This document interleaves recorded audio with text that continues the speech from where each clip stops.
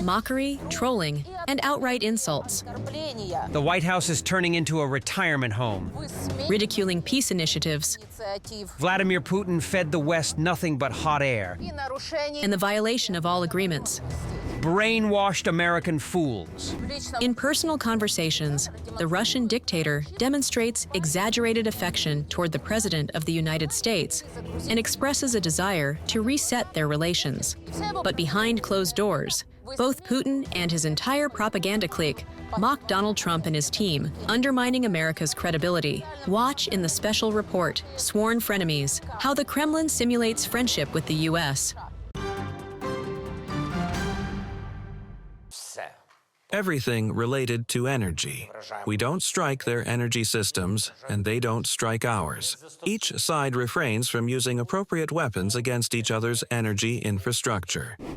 The start of a 30-day energy ceasefire between Ukraine and Russia was formalized on March 25, 2025, after the U.S.-Ukrainian and U.S.-Russian negotiations in Riyadh, Saudi Arabia.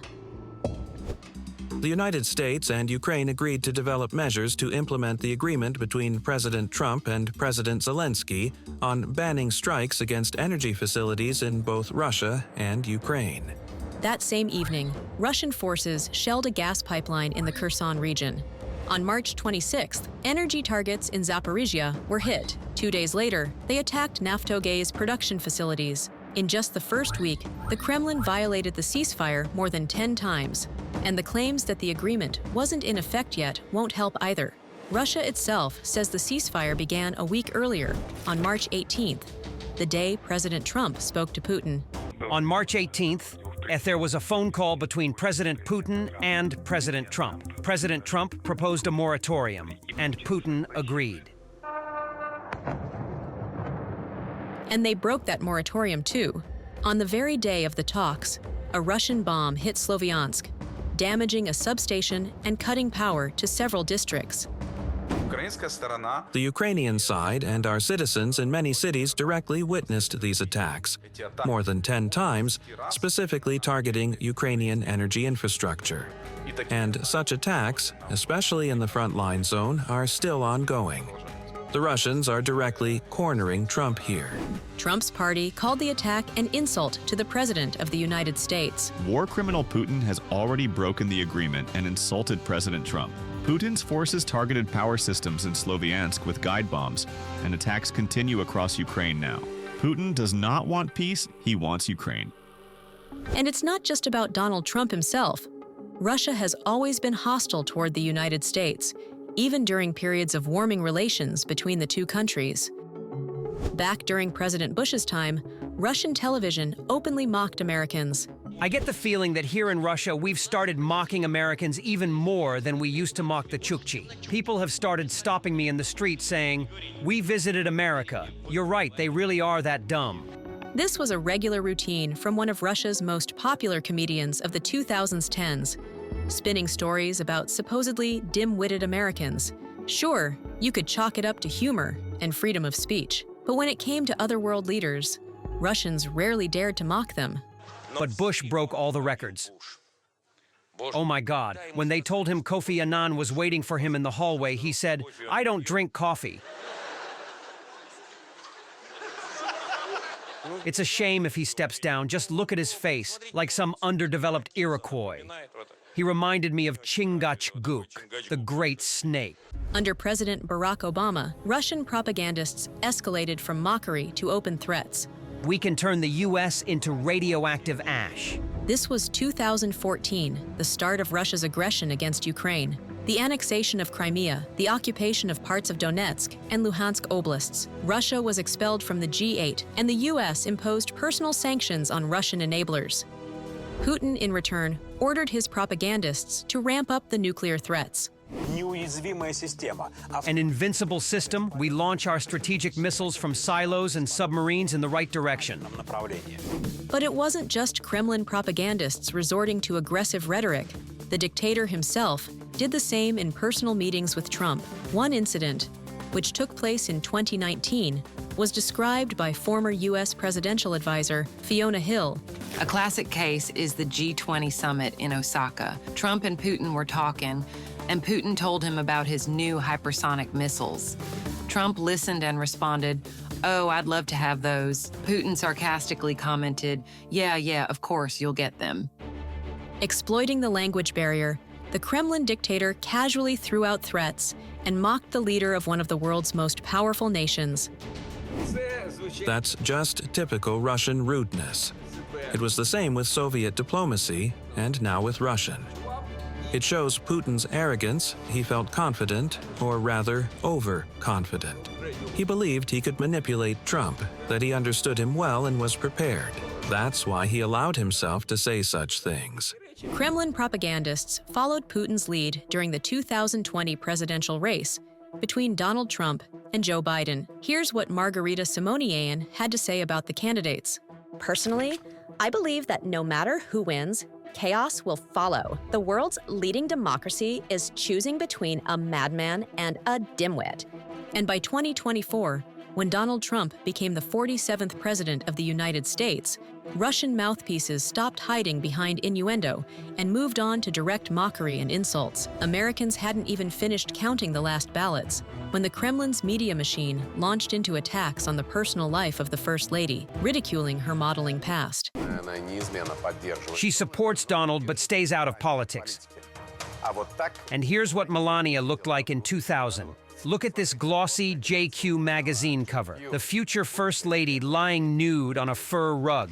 In one photo, the model is wearing only lingerie, lying on a blue carpet featuring the Great Seal of the United States, as if the men's magazine editors already knew what the future held for their model.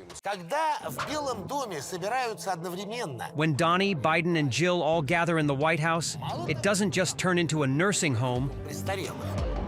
Melania ends up looking like the Eastern European caregiver hired to look after them. Meanwhile, Kremlin propagandists didn't mention the fact that their own regime has long resembled a retirement home. For reference, the average age of Russian officials is 60, leading the pack of Kremlin elders. State Duma Deputy Valentina Tereshkova, 88, Foreign Minister Sergei Lavrov, 75, and Putin himself, 72. And it's likely the Kremlin's caretakers got even busier after Trump promised to crash oil prices and cause big trouble for Russia if it refused to negotiate. Drill, baby, drill.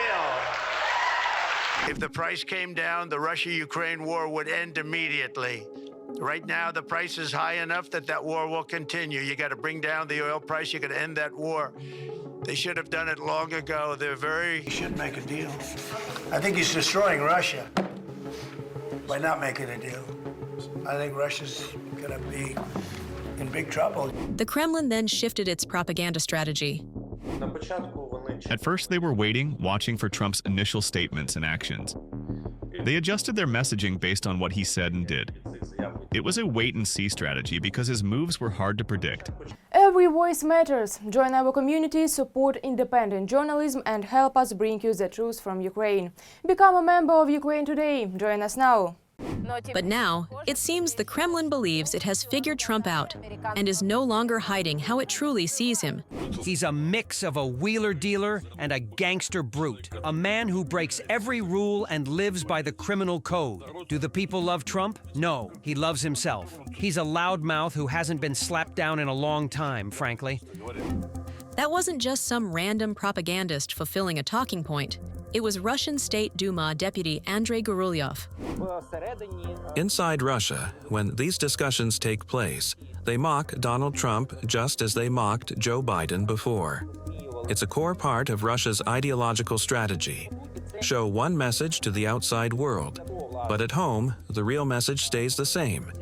In the end, we'll still trick you, and we still despise you. Trump's desire to end the war and spare Russia a geopolitical collapse. The Kremlin sees that as weakness. We'll treat Donald Trump's words as a form of repentance. And yes, I'm being a bit ironic. If even temporarily our interests align with those of the Trump administration, then why not? Russian deputies, now permanent fixtures on propaganda broadcasts, openly admit they're willing to play along with Trump for tactical reasons.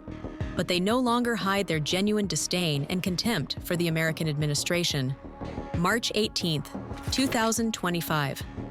A phone call between Trump and the Russian dictator is scheduled for midday. Earlier that day, at a meeting with Russian businessmen, Putin sarcastically brushed off the upcoming call. According to Dmitry Peskov, you're supposed to speak with Donald Trump by 6 p.m. I didn't hear that. That's his job, not mine.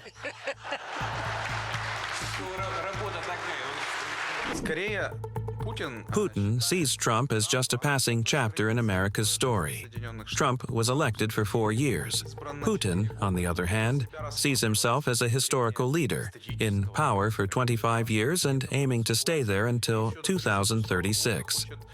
That's why he finds it easier to deal with leaders like Xi Jinping, autocrats who stay in power for decades. Trump? He's just a momentary easing of tensions in U.S.-Russia relations. Even Kremlin propagandists acknowledge that this warming of relations is short-lived.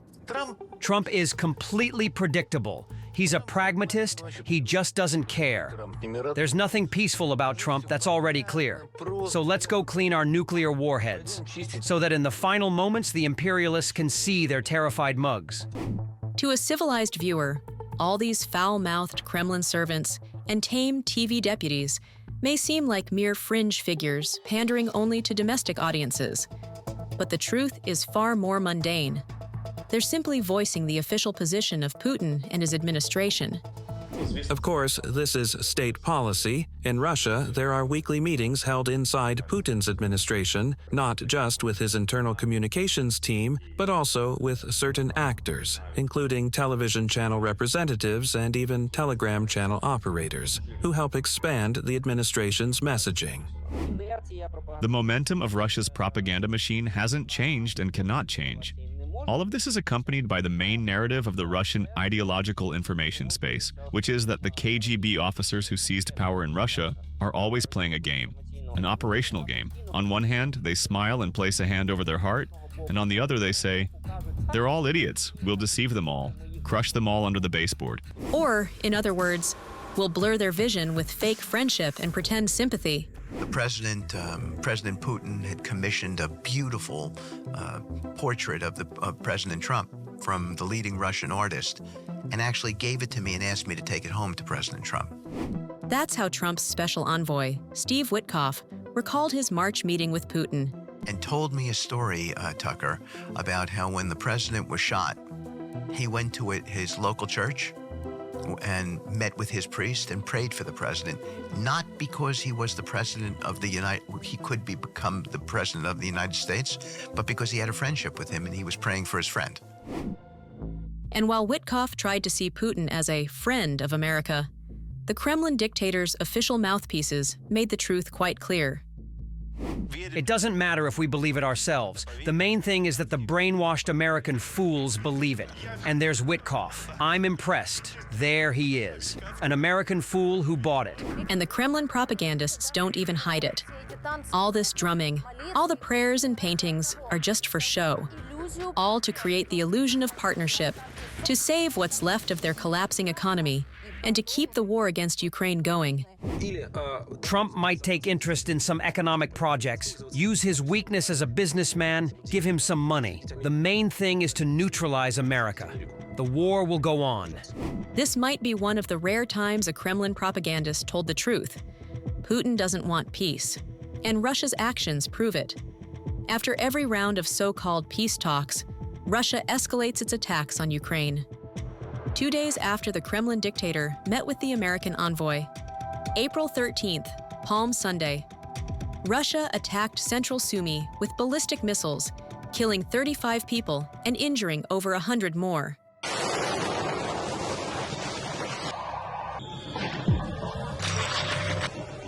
And this was a week earlier, April 4th, Kryvyi Rih, a ballistic strike on a residential neighborhood. Russia killed 18 people, including 9 children, and wounded over 60 on the eve of the brutal strike. Witkoff met in Washington with Russian envoy Kirill Dmitriev. Notably, the meeting took place after Trump declared he was angry with the Kremlin leader for stalling peace talks. Vladimir Putin uses a particular playbook when dealing with politicians. The whole story with the Trump painting, the prayers, it's extremely reminiscent of what happened with George W. Bush, which heavily influenced his administration's view of Russia and Putin. During their meeting, according to Bush, Putin accidentally dropped a cross. He explained it was a gift from his mother. Bush later said, "I looked into his eyes and saw his soul," to which Senator John McCain, a well-known Republican, responded, "I also looked into Putin's eyes and saw only 3 letters, KGB." Putin didn't use his KGB playbook only with Trump. He's employed different tactics with other foreign leaders. With Angela Merkel, for instance, Putin brought in his dog during talks, knowing she feared dogs. He claimed it wandered in by accident. In her memoirs, the former German chancellor called it a power play by Putin. Another classic KGB trick Putin uses to humiliate his counterpart and assert dominance is showing up late. Angela Merkel, for instance, waited for the Russian dictator for about an hour in 2012. He was 14 minutes late to meet Queen Elizabeth II. And in 2013, the U.S. Secretary of State had to wait 3 hours for a meeting with Putin. And that's just a few examples. It is rumored that Trump's special envoy, Steve Witkoff, had to wait a full 8 hours for Putin. The Trump administration called this fake news, but it's known that on the day of Witkoff's visit to Moscow, the Belarusian dictator unexpectedly rushed there too, and Putin chose him over Witkoff. The special envoy's plane landed in Moscow around 1 p.m., and the meeting with the Kremlin dictator only happened in the evening. Putin being late for meetings is well known. It's a negotiation tactic to destabilize the other party right from the start. I know that even when he was meeting with a relatively neutral figure like the Pope, he was 2 hours late. His plane circled for 2 hours, claiming it couldn't land, but later it turned out he could have landed just fine. He simply wanted to show who's boss, who sets the rules. But when Putin is truly interested in a partnership, all his bravado disappears. Here he is before a meeting with Erdogan, nervously shifting from foot to foot. What did Erdogan do to earn such behavior from the Russians? They shot down a Russian plane that entered from Syria. The Russians got the message. It's simple. Hit them hard enough, and they'll behave. With everyone else, it's either you're a slave or an enemy. If you're an enemy, well, they'll at least respect you. Putin's behavior and personality today need to be understood through his childhood. Like many people, his traits carried over from when he was a teenager. He was part of street gangs, and that clearly influenced how he acts now.